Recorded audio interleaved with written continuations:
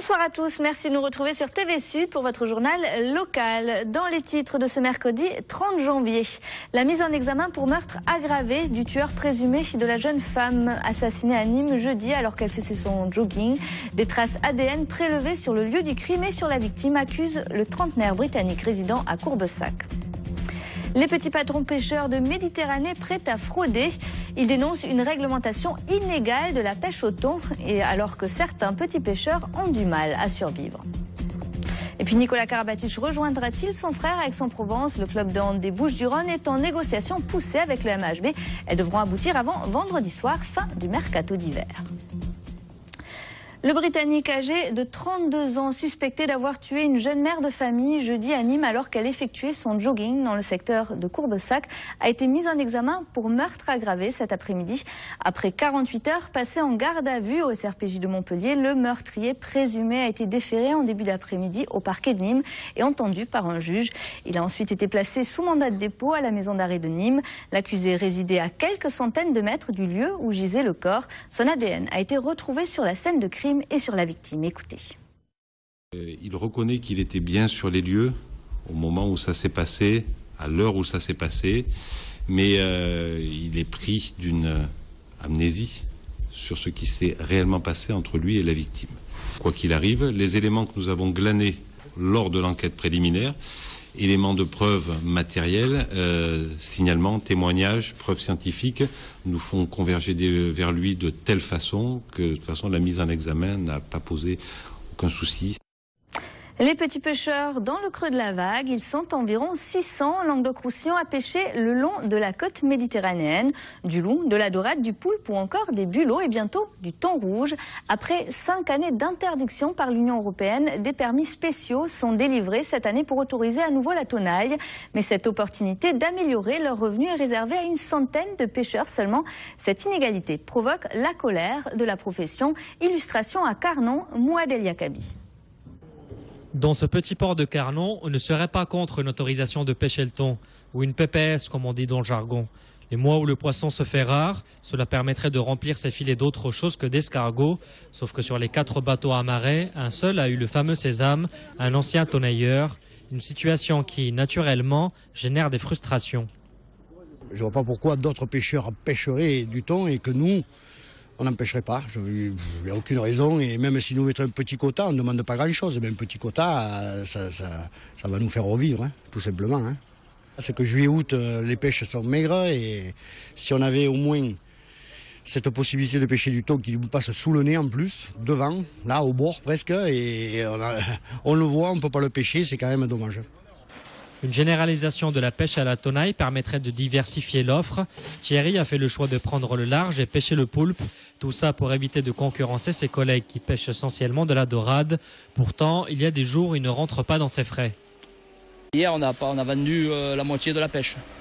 Quand nous, le gasoil, c'est le même. Hein, il n'y a pas de moitié là. Hein. Donc, peut-être pas à perte, mais bon, on ne gagne pas grand-chose.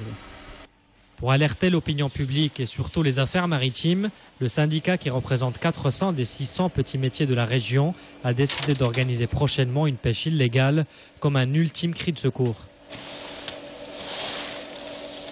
Là, c'est gentil. Peut-être qu'un jour, on sera obligé d'y aller pour de bon, parce qu'on n'aura pas le choix. Puis, vu que le poisson à la côte se fait de plus en plus rare, on est de plus en plus nombreux. Et il va bien falloir à un moment donné où on met tous la clé sous la porte ou alors on ira pêcher illégalement. Mais bon, ça c'est...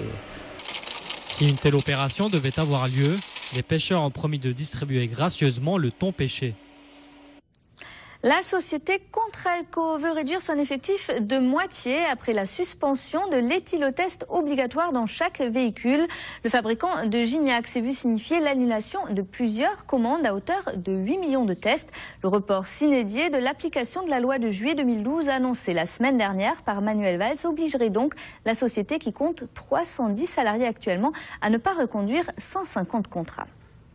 Journée de mobilisation demain à l'appel des syndicats de la fonction publique. Les enseignants du primaire et du secondaire sont notamment mobilisés pour réclamer plus de moyens. À Montpellier, une dizaine d'écoles, de restaurants scolaires et de crèches seront fermées. Un service minimum d'accueil est assuré.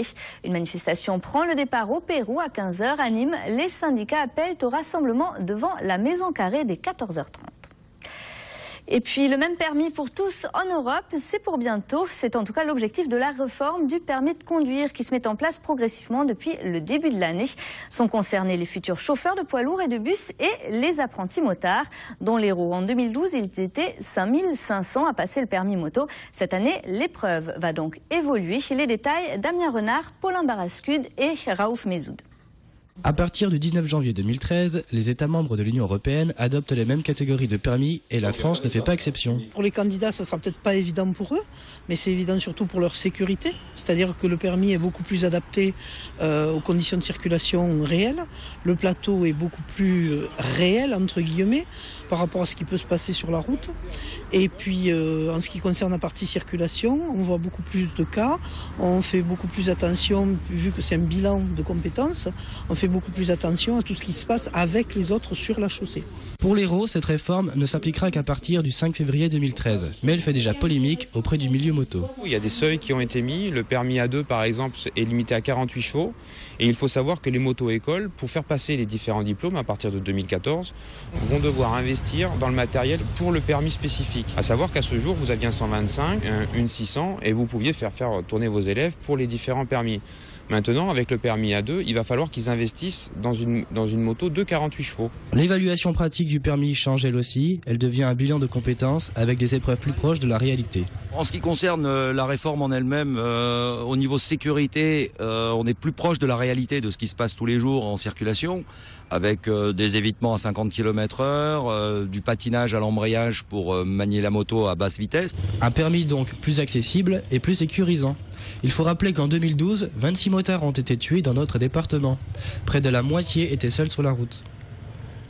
C'est officiel, le stade de la Mosson de Montpellier va accueillir l'une des demi-finales de la Coupe d'Europe de rugby qui se jouera les 26, 27 ou 28 avril. En cas de qualification, le MHR pourrait donc jouer la demi à la maison. Reste à se qualifier en battant Clermont-Ferrand. Nicolas Karabatic va-t-il rejoindre son petit frère à Aix-en-Provence? Sans froid avec le MHB depuis sa mise en examen dans l'affaire des paris présumés truqués.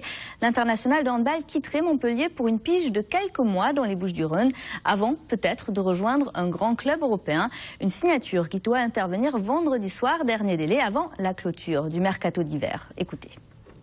C'est un peu le jeu des 7 familles chez les Karabatic et après Luca, le cadet, le pays d'Aix handball demande aujourd'hui Nicolas, le grand frère. Impensable il y a encore 6 mois, devenu plausible en novembre dernier, l'arrivée de la star montpelliéraine à Aix-en-Provence est aujourd'hui à 2 doigts de se concrétiser. L'affaire n'est pas encore conclue, mais dès dimanche, le président aixois reconnaissait que des transactions avec le club de Montpellier étaient en cours. C'est Jérémy Roussel, l'entraîneur aixois, qui nous l'a confirmé de vive voix. Mes dirigeants et ceux de Montpellier sont en pleine discussion actuellement pour essayer de négocier un départ de Nicolas de Montpellier pour venir à Aix. Demander à un entraîneur de basket s'il ne voudrait pas avoir Kobe Bryant ou un entraîneur de foot s'il ne voudrait pas avoir Messi dans son effectif. Voilà, c'est un peu le cas, c'est même totalement le cas avec Nicolas. Pour obtenir l'accord du joueur, le PAUC a plusieurs atouts dans sa manche, dont le meilleur, la présence de Luka Karabatic, plus qu'un double, une moitié. J'imagine que la bienveillance que l'on a eue à l'égard de Luka peut-être alimente sa réflexion positivement, mais on n'a pas pris Luka pour appâter Nicolas, si c'est ce que vous voulez me faire dire. Pas pour la pâter, certes, mais au moins pour jouer sur la corde sensible, d'autant plus sensible qu'il y a une quinzaine de jours, Luka nous avait déjà confié vouloir reformer un jour ou l'autre ce duo. Ce serait un objectif pour moi comme pour lui. C'est clair qu'on aimerait quand même à nouveau évoluer ensemble sous le même maillot, parce qu'on a vraiment passé des bons moments ensemble et j'espère qu'il y en aura d'autres. D'autres bons moments que les ex-montpelliérains de Frangin pourront peut-être revivre ici, dans la salle du Val-de-l'Arc, du Mercato, pour réaliser l'un des plus gros transferts de l'année. Et ce soir, le quotidien régional La Provence annonce sur son site que le transfert aura bien lieu demain. Une information à mettre au conditionnel. Selon le club de hand de Montpellier, le MHB n'a pas encore reçu les garanties financières nécessaires. Et puis à Nîmes, les handballeuses sont inclinées face au leader du championnat hier soir au Parnasse. Une défaite qui met un coup d'arrêt à une série de 6 victoires consécutives. Les Messines ont pris le dessus dès la première mi-temps qui s'est achevée sur un score de 9-21. En deuxième partie de jeu, les Lyonnes ont tenté de réagir, mais elles n'ont pas pu que limiter la casse. Score final 19-34 et des regrets pour les Nîmoises. Le fossé ce soir était trop grand. On a pêché dans pas mal de domaines, notamment sur pas mal de paires de balles et de tirs ratés. On n'a pas l'effectif de Metz. Ça remet pas tout en question. Maintenant, on a un gros combat à préparer samedi à Toulon, qui pour moi sera très important, puisque dès samedi, si tout se passe bien et si on gagne, on peut être en play-off. Le HBCN qui reste 3e du championnat, prochain match au Havre le 15 février. C'est parti pour la 43e édition de l'Étoile de Bessèges. Ce midi, les cyclistes ont pris le départ à Bellegarde pour 5 jours de course. Première étape donc, les 154 km pour allier Beaucaire. Parmi les favoris de cette édition 2012, le vainqueur Jérôme Coppel, mais aussi Thomas Voeckler ou encore Pierre Rolland. La première étape suivie par Charles Arrigoni et Guillaume Navarro. C'est sous le soleil que s'est ouverte aujourd'hui la 43e étoile de Bessèges. 17 équipes s'affrontent sur cette course, dont celle de la FDJ, Cofidis, AG2R La Mondiale ou encore Team Europcar. Une compétition qui ouvre la saison de cyclisme et où les Français brillent particulièrement. C'est une épreuve maintenant qui existe depuis 43 ans, que tous les coureurs ont à cœur de gagner. On va rappeler que dans les premières années, c'était les coureurs belges et hollandais qui brillaient au palmarès. Mais maintenant, c'est depuis quelques années des coureurs français. Et je pense que ça nous fait bien plaisir. On a de la chance d'avoir quelques degrés qui nous permettent de réjouir le cœur de tous les sportifs qui sont là, surtout les coureurs cyclistes, parce que c'est le début de saison, c'est la première course de l'année. Les 4 dernières éditions de l'Étoile de Bessèges ont toutes été remportées par des Français. Et les potentiels successeurs de Jérôme Coppel sont nombreux. Lauréat l'an dernier, le coureur de Cofidis aura fort à faire face aux 2 leaders de Team Europcar, Pierre Rolland et Thomas Voeckler, qui ont tous deux l'objectif de gagner. Comme beaucoup d'équipes, on est là, on aimerait bien sûr décrocher une victoire, que ce soit l'étape au général, mais le plateau est relevé, les équipes sont bien préparées, donc si on a un résultat, on va dire que le contrat est rempli, et si on a un peu plus de mal, on va dire que ça va nous mettre en route pour la suite. C'est le début traditionnel, quoi, dans l'enchaînement du Grand Prix de la Marseillaise. Voilà, c'est parti. Sur la première étape de 155 km qui reliait Bellegarde à Beaucaire, c'est finalement le Belge Michael Van Steyen de l'équipe Top Sport qui l'emporte. Demain, les coureurs partiront de Nîmes jusqu'au Fumad pour une étape de 158 km. L'Étoile de Bessèges arpentera les routes du département jusqu'à dimanche et se clôturera par un contre-la-montre palpitant à Alès. Et on termine cette édition avec le retour sur l'actualité internationale du jour. En résumé, en bref et en images, c'est Le Monde en 120 secondes préparé par Rudy Dahan.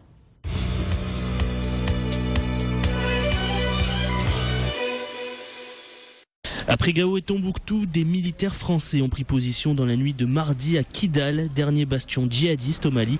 Une nouvelle fois, la prise de la ville s'est faite sans grande résistance, les forces en place se repliant dès l'arrivée de l'armée française. Après cette dernière reconquête, les opérations de consolidation et de sécurisation seront la priorité du contingent français au Mali. John Kerry succède officiellement à Hillary Clinton au poste de secrétaire d'État américain.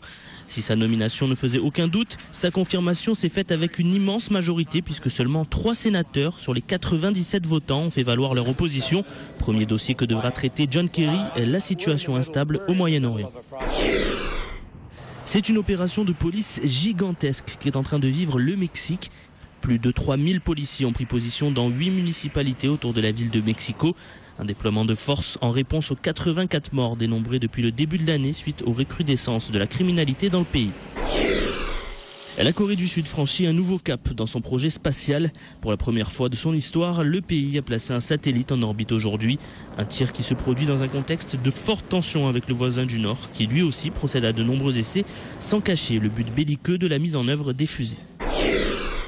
Les habitants de Pékin prièrent de rester à leur domicile à cause du pic de pollution de ces derniers jours. Les autorités ayant enregistré des mesures records de pollution dans l'air depuis quelques jours, les Pékinois risqueraient des irritations des voies respiratoires en cas d'exposition prolongée à l'air ambiant. Mardi, les autorités locales ont affirmé avoir imposé la fermeture de 103 usines et avoir interdit à 30% du parc des voitures officielles de circuler. Le Shard ouvre sa plateforme d'observation au public aujourd'hui. Le plus grand building de Grande-Bretagne enfin terminé. Les Londoniens et autres touristes pourront admirer la vue sur la Tamise et le reste de la capitale londonienne. Ce bâtiment de 310 mètres de haut est d'ores et déjà annoncé comme l'attraction touristique phare de l'année 2013 à Londres.